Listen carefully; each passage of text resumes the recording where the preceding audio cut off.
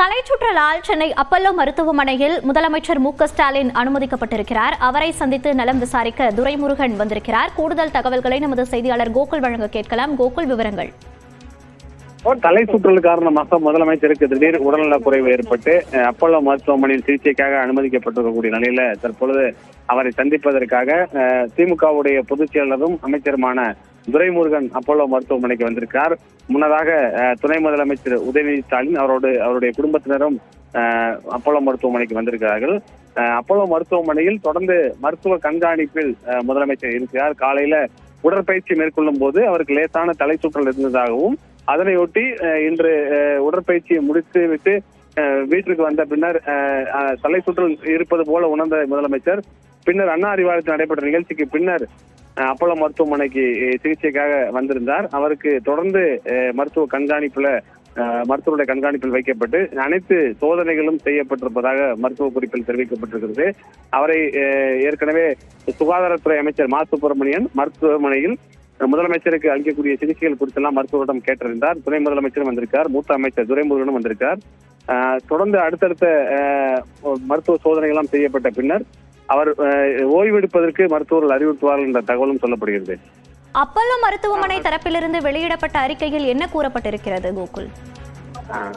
Apollo மருத்துவமனையில் வெளியிடப்பட்டிருக்கக்கூடிய செய்தி குறிப்பில் முதலமைச்சர் மருத்துவமனையில் அனுமதிக்கப்பட்டிருப்பதாகவும் இன்று காலை நடைபயிற்சி மேற்கொள்ளும் போது அவருக்கு ஏற்பட்ட லேசான தலை சுற்றல் காரணமாக மருத்துவமனைக்கு வந்ததாகவும் அங்கு அவருக்கு தொடர்ந்து மருத்துவ கண்காணிப்பில் வைக்கப்பட்டுள்ள முதலமைச்சர் அனைத்து சோதனைகளும் செய்யப்பட்டிருப்பதாகவும் தொடர்ந்து மருத்துவருடைய அப்சர்வேஷனில் முதலமைச்சர் இருப்பதாகவும் அப்பல்லோ மருத்துவமனை செய்திக்குறிப்பில் தெரிவிக்கப்பட்டிருக்கிறது.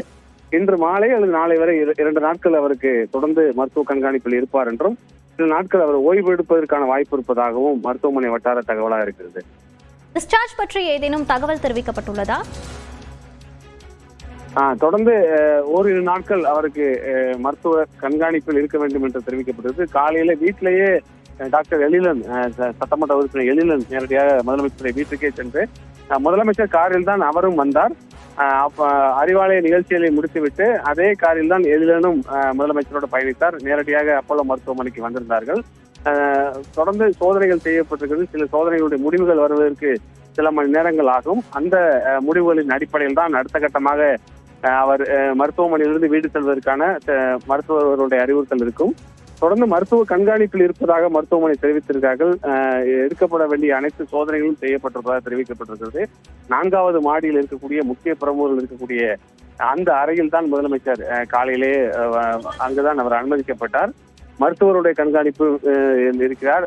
குடும்பத்தினரும் அவருடைய மனைவி துர்கா ஸ்டாலின் மற்றும் துணை முதலமைச்சரும் முதலமைச்சருடைய மகனுமான உதயநிதி ஸ்டாலின், அவருடைய மனைவி கிருத்திகா, முதலமைச்சருடைய பேரன் இன்பநிதி உள்ளிட்டோர் மருத்துவமனைக்கு வந்திருக்கிறார்கள்.